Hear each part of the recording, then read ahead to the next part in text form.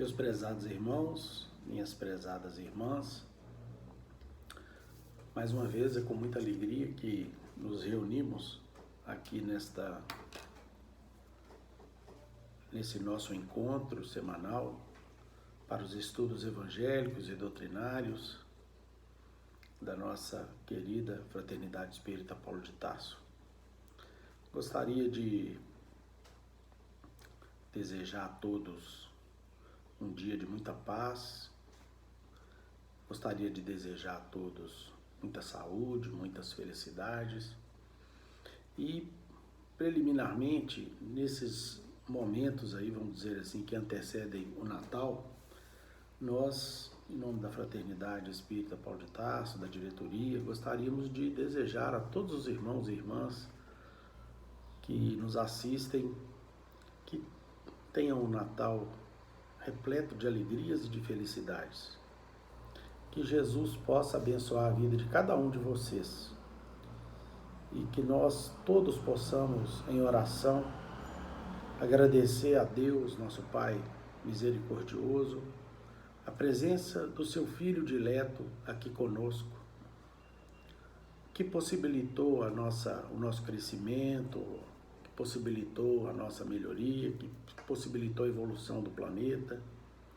E que se hoje estamos aqui reunidos em torno da sua boa nova, iluminada, esclarecida e ampliada pelas bênçãos do Consolador que Ele um dia nos prometeu, foi exatamente graças à vinda dele aqui na Terra.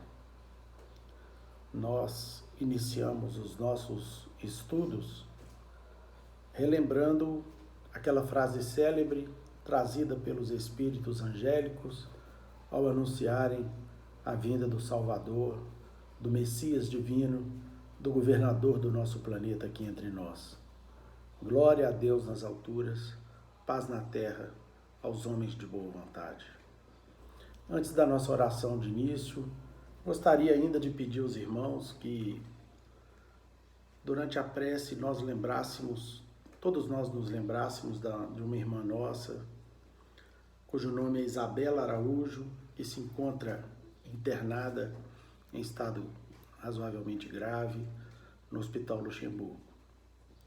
E gostaria ainda de dizer aos irmãos e às irmãs que, se desejarem, rogar a intercessão dos amigos da Casa de Paulo de Tarso, como todos nós, como sempre fizemos ao longo dessas muitas décadas de existência do Solar, rogando através da conectividade que a oração sincera nos faz realizar com os páramos celestiais, podem encaminhar no meu WhatsApp, no do João, no do Lucas, as solicitações com o nome e o local onde o irmão ou a irmã se encontram internados, ou apenas o bairro onde reside.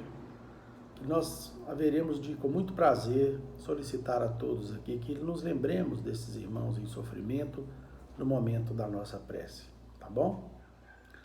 Pai nosso que estais nos céus, santificado seja o vosso santo nome. Venha a nós o vosso reino, seja feita a vossa vontade, aqui na terra como em todo o universo. O pão nosso de cada dia nos dai hoje, Senhor. Perdoai as nossas dívidas, assim como perdoamos os nossos devedores.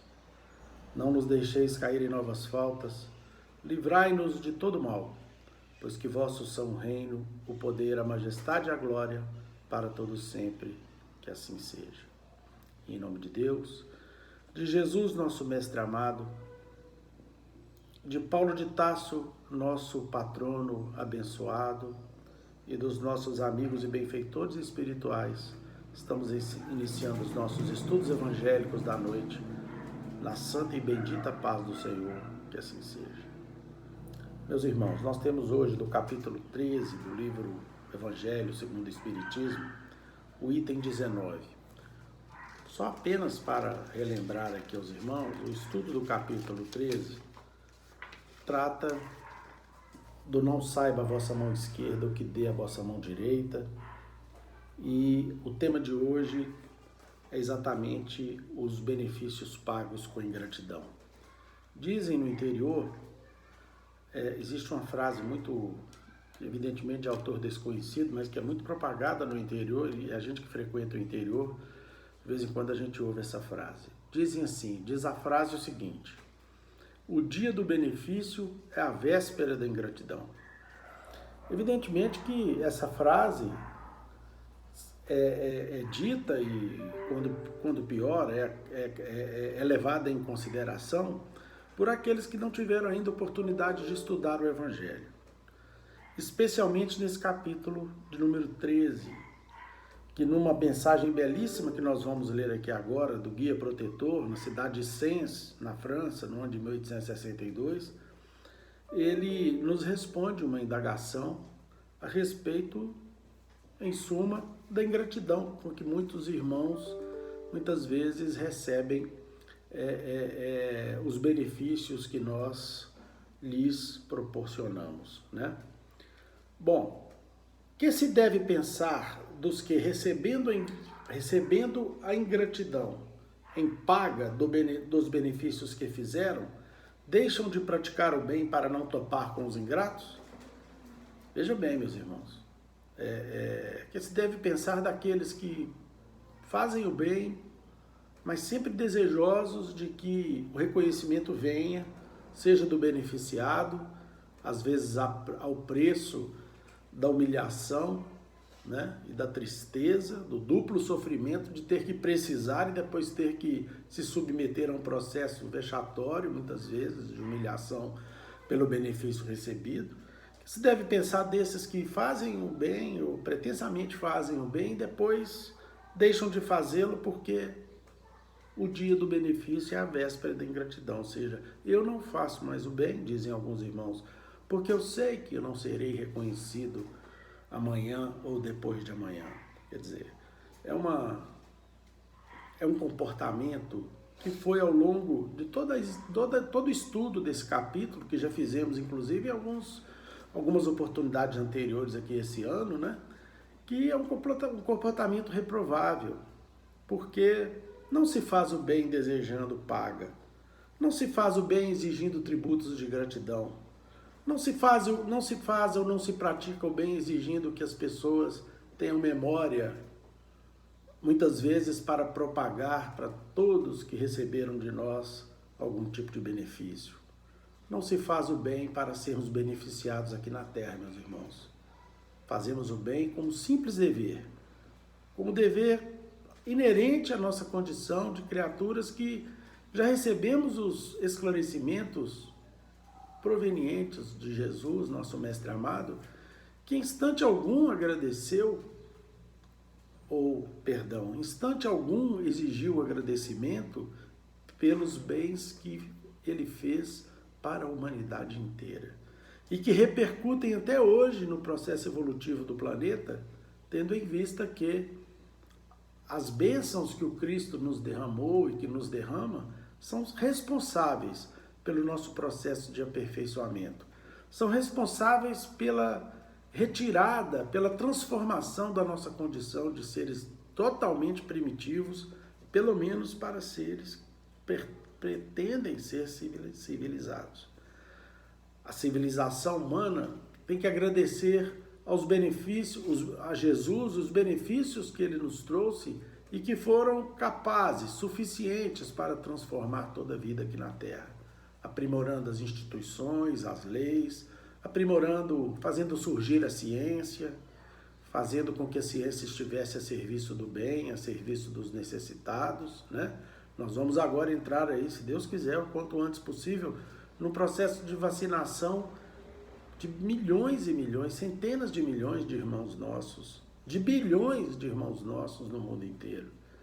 E todo esse trabalho protagonizado pela ciência e pelas instituições públicas de forma gratuita, numa clara demonstração de que a ciência, aos poucos, vai compreendendo que o benefício para a sociedade é algo inerente à condição daqueles que nos dirigem.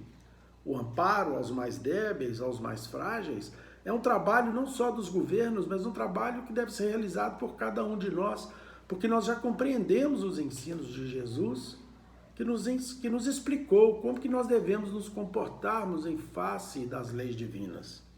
Então, meus prezados irmãos, nós não temos necessidade, como verificaremos aqui na leitura que faremos agora, de exigir qualquer tributo de gratidão pelos pequenos benefícios que realizamos em favor do nosso próximo. Querem ver? Nesses, ou seja, aqueles que não fazem mais o bem, porque receberam em paga do bem que fizeram em gratidão, começa dizendo aqui o espírito protetor, o guia protetor, dizendo o seguinte: nesses há mais egoísmo do que caridade, visto que fazer o bem apenas para receber demonstrações de reconhecimento é não fazer com desinteresse, e o bem feito desinteressadamente é o único agradável a Deus. Há também orgulho, porquanto os que assim procedem se comprazem na humildade, com que o beneficiado lhes virá depor aos pés o testemunho do seu reconhecimento. Aquele que procura na terra recompensa ao bem que pratica, não a receberá no céu. Deus, entretanto, terá em apreço aquele que não a busca no mundo. Deveis sempre ajudar os fracos, embora saibais de antemão que os a quem fizerdes o bem não vô-lo agradecerão.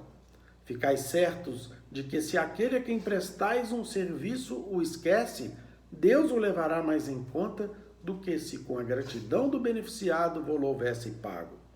Se Deus permite por vezes sejais pagos com ingratidão, é para experimentar a vossa perseverança em praticar o bem.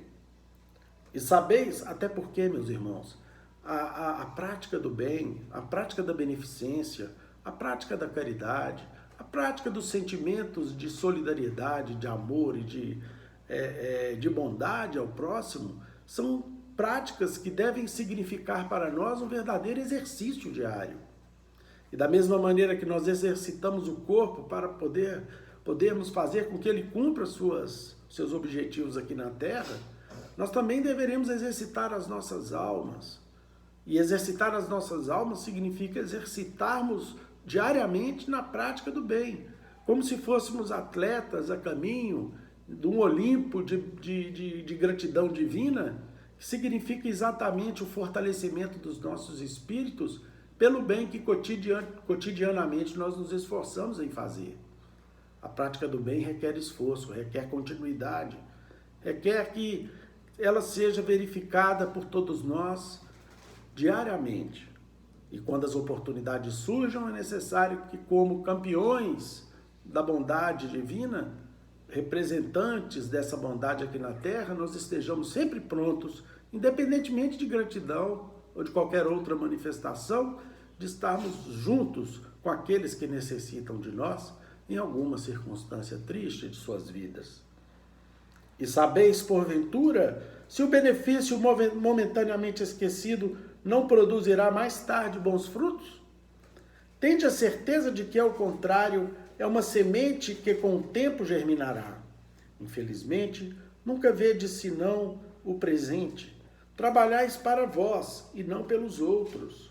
Ou seja, aqueles que não repetem o benefício por eventual ingratidão dos beneficiados, são aquelas criaturas que ainda têm uma visão absolutamente imediatista, materialista da vida, se esquecendo que Deus não esquece jamais o bem que nós fazemos. E Ele sabe perfeitamente nos retribuir da maneira correta, porque compreende nas nossas ações os objetivos de crescimento, de progresso e de elevação que todos nós viemos aqui na Terra para tentarmos adquirir. Deus, meus irmãos, minhas irmãs, sabe avaliar com perfeição as atitudes, boas ou más, que cometemos aqui nesse mundo. Esperar os julgamentos ou a aprovação dos nossos semelhantes é como se nós imaginássemos que a vida se encerrasse aqui mesmo, apenas nessa experiência fugidia em que nós nos encontramos. Esquecer que seremos herdeiros de nós mesmos quando voltarmos para o mundo dos espíritos nos dificulta, sim, a continuidade da prática da beneficência e da caridade, porque só teremos olhos de ver o que acontece aqui nesse planeta, nesse momento em que nos encontramos. Não nos esqueçamos, meus irmãos, que já tivemos inúmeras vidas e teremos inúmeras outras, e os nossos o nosso passaporte para uma espiritualidade mais feliz é exatamente carimbado por cada benefício que nós fazemos ao longo das nossas vidas e será auferido pelos nossos irmãos maiores na espiritualidade que nos avaliarão de acordo com os critérios divinos e não com os critérios estabelecidos pelos homens. Frágeis esses critérios e enganosos muitas vezes. Os benefícios acabam por abrandar os mais empedernidos corações.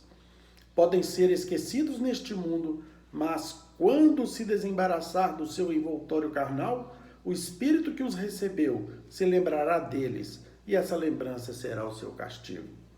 Deplorará a sua ingratidão, desejará reparar a falta, pagar a dívida noutra existência, não raro buscando uma vida de dedicação ao seu benfeitor. Assim, sem o suspeitardes, tereis contribuído para o seu adiantamento moral e vireis a reconhecer a exatidão desta máxima, um benefício jamais se perde. Além disso, meus irmãos, também por vós mesmos tereis trabalhado, porquanto granjeareis o mérito de haver feito bem desinteressadamente e sem que as decepções os desanimassem. Ah, meus amigos, se conhecesseis todos os laços que prendem na vossa vida atual as vossas existências anteriores, se pudesseis apanhar num golpe de vista a imensidade das relações que ligam uns aos outros os seres, para o efeito de um progresso mútuo, admirarias muito mais a sabedoria e a bondade do Criador, que vos concede reviver para chegardes a Ele. Guia Protetor, Sens, 1862. Meus irmãos, um dia desses, vendo um filme a respeito da vida do Divaldo, o Divaldo sempre fala isso, e no filme ele acabou retratando que ele tinha um obsessor que o perseguia já há alguns séculos. E esse obsessor, por mais que o Divaldo tentasse se desvencilhar dele, com palavras ou até com algumas atitudes, ele estava profundamente ligado por laços de ódio ao Divaldo, porque, segundo consta no filme que me refiro, em outra existência o Divaldo tinha contribuído para a sua morte. O que ocorre então, meus irmãos, é que um belo dia chega até a casa fundada por Divaldo Franco, a Mansão do Caminho, uma criança que foi depositada às portas ao longo da noite. E, embora alguns amigos do Divaldo desejassem não receber aquela criança e entregá-la para as autoridades, imediatamente o Divaldo a recolhe em seus braços e diz que, por algum motivo, ele teria por aquela criança um amor muito especial. Ocorre, meus irmãos, que aquela criança, mais adiante, Divaldo viria a saber que tinha sido mãe na encarnação anterior, exatamente numa vida passada, daquele obsessor que tão cruelmente o perseguia. E verificando que Divaldo tratava a sua mãe, agora encarnada recentemente nessa vida, com tanto carinho, com tanto amor, todo aquele ódio que aquele irmão teve foi amainado e deu lugar ao quê? A uma gratidão imensa que fez com que aquele companheiro não se transformasse num amigo imediato e automático do Divaldo, pelo que verificamos vendo o filme, mas pelo menos deixasse de persegui-lo e substituísse aquele sentimento de perseguição e de ódio por um sentimento de muita gratidão. Meus irmãos, não procuremos a gratidão aqui na Terra, porque fatalmente ela não virá. De fato, nem todos ainda sabem pronunciar a expressão muito obrigado. A gratidão, como diz aí uma frase que eu confesso para vocês, que não sei se está no Evangelho ou está em algum lugar, que agora aqui eu não lembro, que é, entre aspas, a memória do coração, é exatamente a capacidade que nós temos de guardar em nosso mundo íntimo uma felicidade muito grande pelo benefício que recolhemos a partir da ação de alguém. Mas nem sempre nós estamos em condições de agradecer os benefícios que nos são concedidos. E não nos esqueçamos, meus irmãos, que nós somos criaturas profundamente ingratas com o nosso Pai Celestial. Porque constantemente, muito embora tantos e tantos benefícios que Ele nos concede diariamente, a partir do surgimento do sol, que nos aquece e nos proporciona a vida, somos ingratos em relação à sua obra e o amor que ele nutre por todos nós. Fomos ingratos em relação ao nosso irmão querido, aniversariante daqui a pouco, que é o nosso querido Jesus, né? Fomos ingratos a tanto benefício e tanto bem que ele nos trouxe, descendo das regiões celestiais onde ele habita, para vir aqui se misturar conosco, no sentido de poder nos ajudar, de nos estender as mãos, de nos aconselhar, de tentar nos transformar a vida a partir do seu evangelho de luzes e de bênçãos. Meus irmãos, conta-nos, irmão X, irmão X, numa página muito bonita, psicografada pelo nosso querido irmão Chico Xavier, ao retratar, só mesmo com as letras e capacidade do nosso querido irmão X em se transformar numa criatura tão... em se transformar num grande cronista do além, né, para nos trazer informações maravilhosas de cunho evangélico. Às vezes a gente brinca chamando o irmão X como quinto evangelista, né, porque ele nos trouxe fatos maravilhosos, constantes em livros abençoados, como o livro Boa Nova e tantos outros. Em toda a sua série de livros psicografados pelo Chico, né? Cartas e Crônicas, Pontos e Contos, Contos desta e doutra vida e tantos outros. Conta-nos, irmão X, meus irmãos, que quando Barsabás, o tirano, demandou o reino da morte, buscou em vão reintegrar-se no grande palácio que lhe servira de residência. A viúva, alegando infinita mágoa, desfizera-se da moradia vendendo-lhe os enfeites. Viu ele, então, o Barsabás, baixelas e candelabros, telas e jarrões, tapetes e perfumes, joias e relíquias sob o martelo do leiloeiro, enquanto os filhos querelavam, né, brigavam no tribunal, disputando a melhor parte da herança.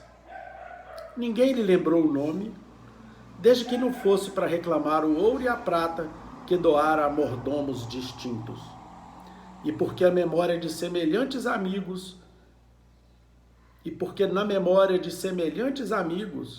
o Barsabás, né, agora desencarnado, não passava de uma sombra, tentou o interesse afetivo de companheiros de outra instância. Então, o nosso Barsabás aqui, que foi um tirano, uma pessoa que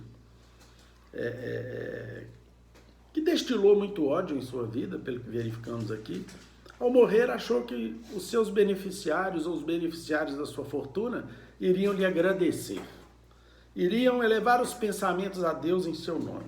E nós estamos vendo aqui que não foi o que aconteceu. Seus filhos, sua esposa, seus amigos foi brigando no tribunal e lembrando do seu nome, certamente com muito ódio, com lembranças muito ruins. Isso deve doer a beça, né, meus irmãos? Quando estamos no mundo espiritual, e aqueles que eventualmente até beneficiamos, lembrem de nós assim. Por isso que nós devemos granjear amigos com as nossas riquezas, especialmente as riquezas provenientes das iniquidades, né? Porque é importante que no mundo espiritual alguém se lembre de nós com algum tipo de gratidão por termos feito a diferença na vida desse alguém. E porque na memória de semelhantes amigos e parentes ele não passava agora de sombra, tentou então buscar o interesse de companheiros lá no mundo espiritual. Todavia, entre estes encontrou simplesmente a recordação dos próprios atos de malquerença e de usura. Barsabás então entregou-se às lágrimas de tal modo que a sombra lhe embargou por fim a visão, arrojando-o nas trevas. Vagueou por muito tempo no nevoeiro, entre vozes acusadoras, até que um dia aprendeu a pedir na oração, e como se a rogativa lhe servisse de bússola, embora caminhasse às escuras, eis que de súbito se lhe extingue a cegueira e ele vê, diante de seus passos, um santuário sublime faiscante de luzes. Milhões de estrelas e pétalas fulgurantes povoavam em todas as direções. Barsabás, sem perceber, alcançar a casa das preces de louvor nas faixas inferiores do firmamento. Não obstante deslumbrado, chorou, impulsivo, ante o ministro espiritual que velava num pórtico.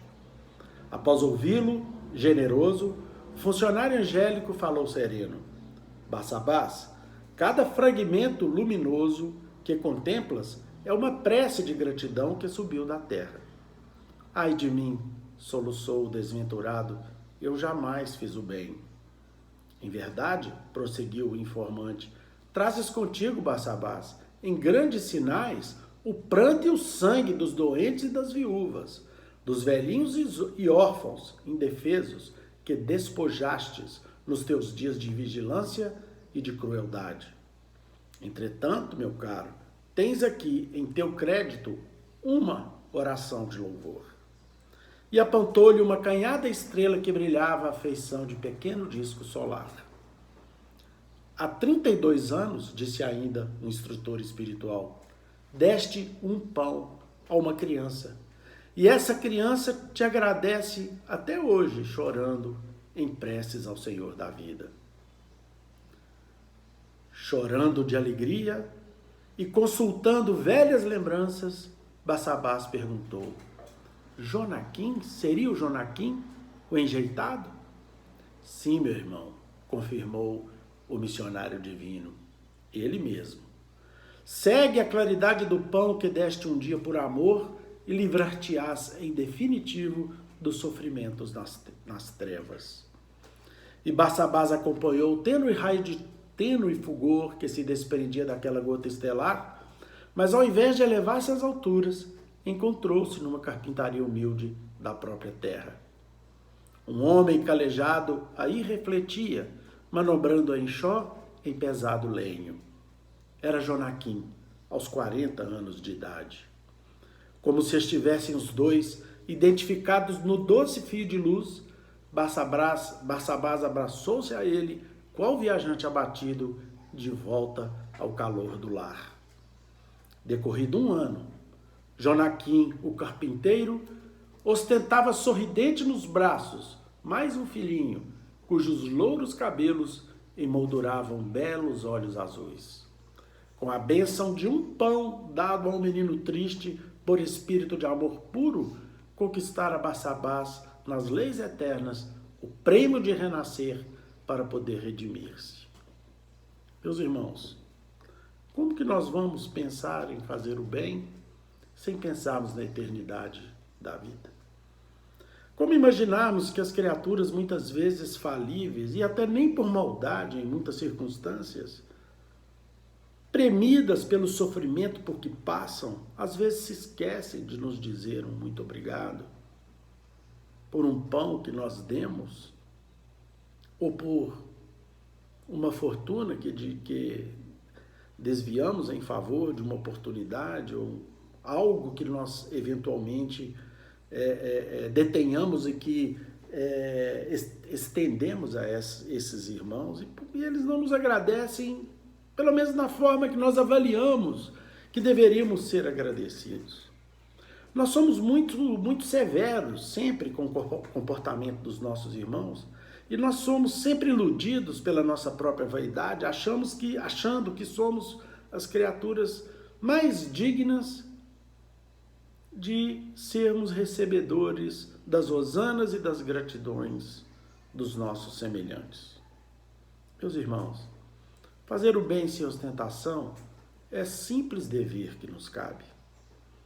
Fazer o bem sem ficar olhando para trás ou sem ficar imaginando que os nossos irmãos devessem, em razão do bem concedido, se curvarem diante de nós para um agradecimento quase que como se fosse uma mesura a um nobre ou uma nobreza que nós não ostentamos, é só uma manifestação de vaidade. Não nos esqueçamos disso. Durante esse capítulo 13º aqui do Evangelho, o tempo todo os espíritos ressaltam isso. E para o nosso bem, como aconteceu aqui com Barsabás, ofereçamos um pão, ofereçamos um dinheiro, ofereçamos uma oportunidade de trabalho, ofereçamos enfim, os benefícios que muitas vezes Deus multiplicou em nossas vidas, mas façamos isso sem qualquer tipo de necessidade de muito obrigado,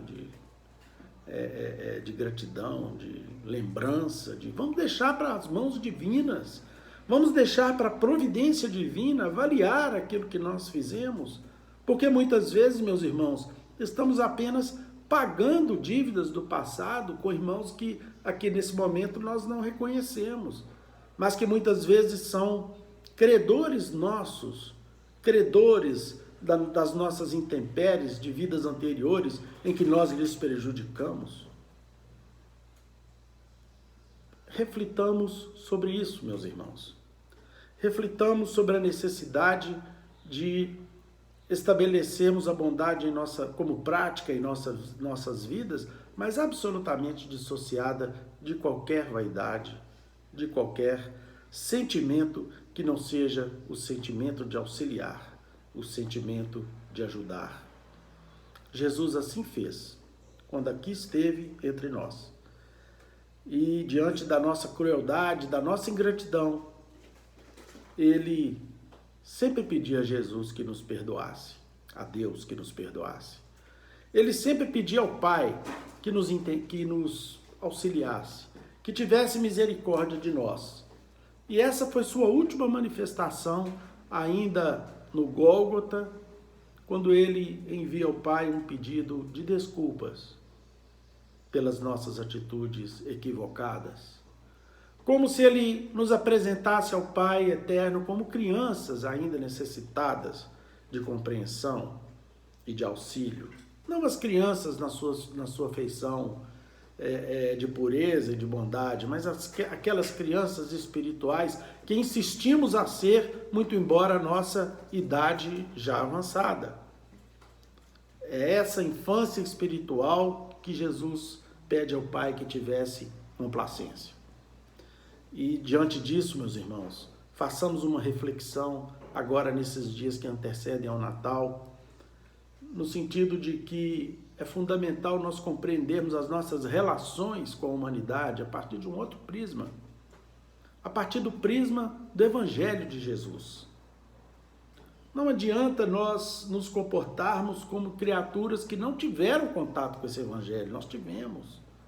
E mais, a doutrina espírita iluminou o nosso caminho de maneira ainda mais efetiva, ou seja, nos mostrou através dessas páginas belíssimas, seja do Evangelho segundo o Espiritismo, seja das obras trazidas pela inesquecível e venerável missão do nosso querido Francisco Cândido Xavier, ele nos mostrou de maneira muito lógica, muito clara, como que deve ser o nosso comportamento.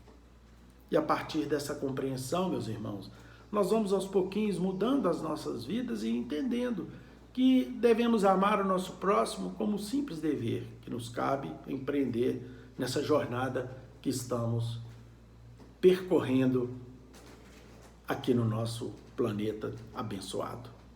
Tá bom? Era esses, meus irmãos, os meus apontamentos dessa noite. Eu gostaria de mais uma vez desejar a todos aí um Natal muito cheio de felicidades e alegrias. E gostaria de pedir a Jesus que abençoe aí a nossa irmã Miriam, que vai dar sequência aos nossos estudos, e que vocês fiquem com os corações aí repletos de alegrias, de bênçãos, sobretudo de muita paz. Tá bom? Fiquem com Deus, muito obrigado, boa noite para todos.